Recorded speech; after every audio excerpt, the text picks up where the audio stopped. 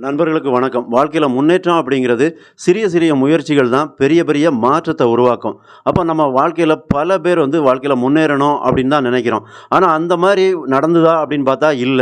அப்ப முன்னேற்றம் அப்படின்னா என்ன? பணம் சம்பாதிக்கிறதா? இல்லன்னா பதவி உயர்வா? இல்லன்னா வீடு கட்டுறதா? இது எல்லாமே சரிதான். அதாவது வீடு கட்டுறது இது எல்லாமே முன்னேற்றத்துல ஒரு படி தான். ஆனா இதெல்லாம் தாண்டி ஒரு முக்கியமான ஒரு விஷயம் இருக்கு. இந்த இடத்துல தான் நீங்க என்னன்னா உங்களையே ஒரு கேள்வி கேளுங்க. அது உங்க மனசுக்குள்ளேயே ஒரு கேள்வி கேளுங்க. நான் போன வருஷத்த விட இந்த வருஷம் முன்னேறி இருக்கேனா? இல்ல போன மாசத்த விட இந்த மாசம் முன்னேறி இருக்கிறேனா? நேற்ற விட இன்னைக்கு நான் முன்னேறி இருக்கேனா? அப்படிங்கிற ஒரு கேள்விய கேட்டு பாருங்க. அதுவே உங்களுக்கு பாதி விடை கிடைச்ச மாதிரி தான். அப்போ இந்த முன்னேற்றம் அப்படிங்கிறது என்ன? அப்படின்னா ஒரே நாள்ல வெற்றி அடைவதா? இல்லன்னா மற்றவர்கள போட்டி போட்டு முந்துறதா? இல்லன்னா மகிழ்ச்சி அடைததா? இந்த மாரியான எதுவாவது முன்னேற்றம் அப்படின்னு சொல்லணும் அப்படின்னு பார்த்தா அதுவும் இல்ல. அப்ப எதுதான் முன்னேற்றம் அப்படின்னு பார்த்தா, நேற்றைக்கு இருந்தத விட இன்னைக்கு ஒரு படி நாம முன்னேறி இருக்கிறது அப்படிங்கிறது தான். அது மட்டும் இல்ல, நம்மள நாமே மேம்படுத்திக் கொள்வது தான். அதாவது மேம்படுத்துறது அப்படிங்கிறது நம்ம மனசளவுலயும் சரி, உடல் ஆரோக்கியத்திலயும் சரி, இதுதான் ஒரு முன்னேற்றமாகும். அதாவது செயல்ல, மனசுல, பழக்கவழக்கங்கள்ல பழக்கவழக்கம் அப்படின்னு சொல்லும்போது நம்மளுடைய ஹேபிட் அப்படின்னு சொல்லலாம். அதில எண்ணங்கள்ல, சிந்தனையில, ஒழுக்கத்தில இவற்றில தான் ஒரு மாற்றத்த வெளிக்கொண்டு வந்தோம் அப்படின்னா, அத தான் முன்னேற்றம் அப்படின்னு சொல்றோம். அப்ப அந்த செயல், சிந்தனை இது எல்லாத்துலயும் ஒரு மாற்றத்த கொண்டு வரோம் அப்படின்னாலே, அங்க ஒரு முன்னேற்றம் அப்படிங்கிற ஒரு விஷயம் நடக்குது அப்படின்னு நெனச்சுக்கலாம். அப்ப நாம ஏன் முன்னேற வேணும் அப்படின்னு எல்லாருமே ஆசைப்படுறோம் அப்படின்னா, முன்னேறாம இருக்கிறது அப்படிங்கிறது சராசரி மனிதனா இருக்கிறது தான். அதாவது ஏதோ பிறந்தோம், வாழ்ந்தோம், நம்ம சுத்தி இருக்கிறவங்க எப்படியோ அத மாரியே நாமளும் வாழ்ந்துட்டு போயிரலாம் அப்படிங்கிறது ஒரு சராசரியான வாழ்க்கை. நெறைய பேர் அந்த சூழ்நிலை கைதியா தான் இருந்துகிட்டு இருப்போம். பெரும்பாலும் எல்லாரையுமே முன்னேற விடாம தடுக்கிறது அப்படிங்கிறது என்னன்னு பார்த்தீங்கன்னா, அந்த சூழ்நிலைகள் அப்படிங்கிற விஷயம் தான். சூழ்நிலைகள் அப்படிங்கிறது என்ன அப்படின்னா, நம்மள சார்ந்தவங்க சுத்தி இருக்கிறது, அப்புறம் நம்மளுடைய மனசுக்குள்ள நாம நம்மள பத்தி எந்த மாரி நெனைக்கிறோம் அப்படிங்கிற விஷயங்கள் தான் நம்மள முன்னேற விடாம தடுக்கிறது. அப்ப இந்த முன்னேறணும் அப்படிங்கிறது இன்னொரு விஷயம் இருக்கு. ஒரே குட்டைக்குள்ள மீன் பிடிக்கிறது அப்படின்னு சொல்லுவாங்கல்ல, அதுவும் கூட இருக்கு. அப்போ இதில அந்த முன்னேற்றம் அப்படிங்கிறது இல்லாம இருந்துச்சு. ஒரு சராசரி வாழ்க்கைய நம்ம வாழ்ந்துகிட்டு இருக்கிறோம் அப்படின்னா, நமக்குள்ள என்ன இருக்கும்? ஃபர்ஸ்ட்டு பொறாம இருக்கும். அப்புறம் கோபம் வரும், பதட்டம் வரும். இந்த மாரியான ஒரு எதிர்மறையான எண்ணங்கள் நமக்குள்ள வந்துகிட்டே இருக்கும். ஏன்னா, நாம நெனச்சத அடையாம விட்டுருப்போம். இல்ல நெனச்சது நடக்காம இருந்திருக்கலாம்.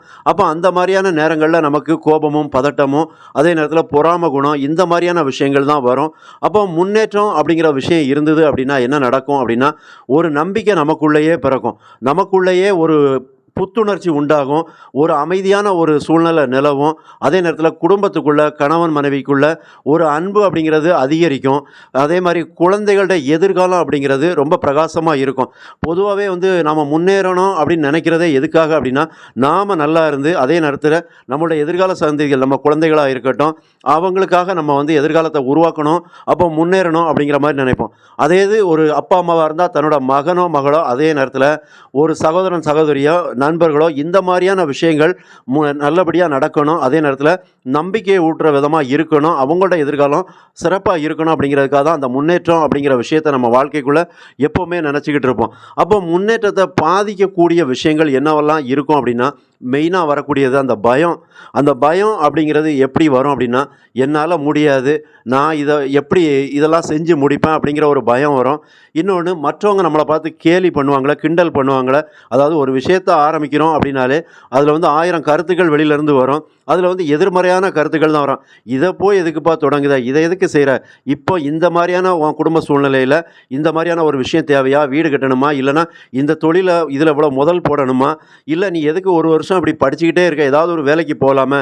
அப்படின்னு நம்மளோட திசை திருப்பக்கூடிய விஷயங்கள் தான் நம்ம முன்னேற்றத்த பாதிக்கக்கூடிய விஷயமா இருக்கும். அப்ப அதில இன்னும் சொல்லப்போனா, சோம்பேறித்தனம் மெயினா இருக்கும். இன்னொன்னு அடுத்தவங்களோட நம்மள கம்பேர் பண்ணி பார்ப்போம். அப்ப அவங்களோட நம்ம தாழ்ந்தவர் ஆயிருப்போமோ அப்படிங்கிற ஒரு நெனப்பு இருக்கும். அதே மாரி கெட்ட பழக்கங்கள், இந்த தவறான நண்பர்களோட சகவாசம், அரட்டை அடிப்பது, இன்னொன்னு ஒருத்தர்ட்ட இருந்து எதிர்பார்ப்பது.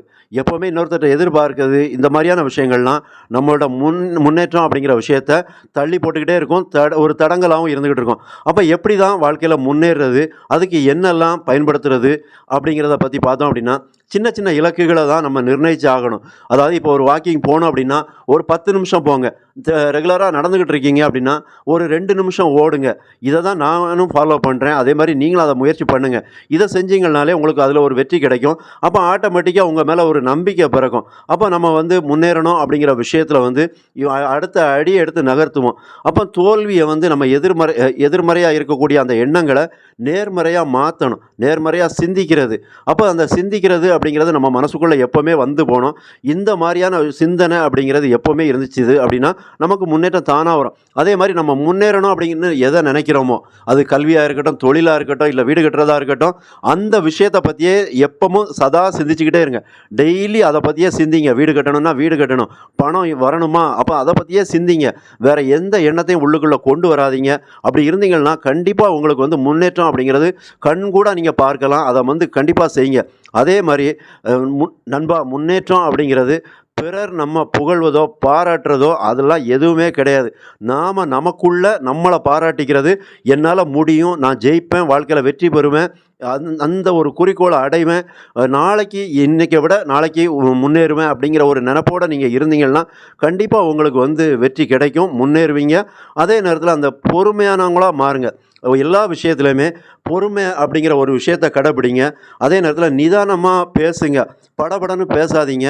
பொறுமையா ஒரு நம்பிக்கையோட பேசுங்க. அந்த தன்னம்பிக்கை உடையவரா மாறுங்க நீங்க முதல்ல வந்து எப்பவுமே. ஒரு நம்மகிட்ட வந்து நம்பிக்கை அப்படிங்கிற ஒரு விஷயம் இருந்துச்சுன்னா, பேச்சிலயும் சரி, செயல்லயும் ஒரு தெளிவு இருக்கும். அதே மாரி இந்த வீடியோ உங்களுக்கு வந்து பயனுள்ளதா இருக்கும் அப்படிங்கிறத நான் மெயினா வந்து நம்புறேன். அதே நேரத்தில கீழ ஒரு கமெண்ட் பண்ணுங்க. எப்படி அப்படின்னா, "நான் முன்னேறி கொண்டிருக்கிறேன்" அப்படிங்கிற வார்த்தைய கீழ கமெண்ட்ல பதிவு பண்ணுங்க. இந்த சேனல் இந்த வீடியோ பிடிச்சிருந்தது அப்படின்னா, மறக்காம லைக் லைக் பண்ணுங்க, சப்ஸ்கிரைப் பண்ணுங்க, கமெண்ட் பண்ணுங்க. நன்றி.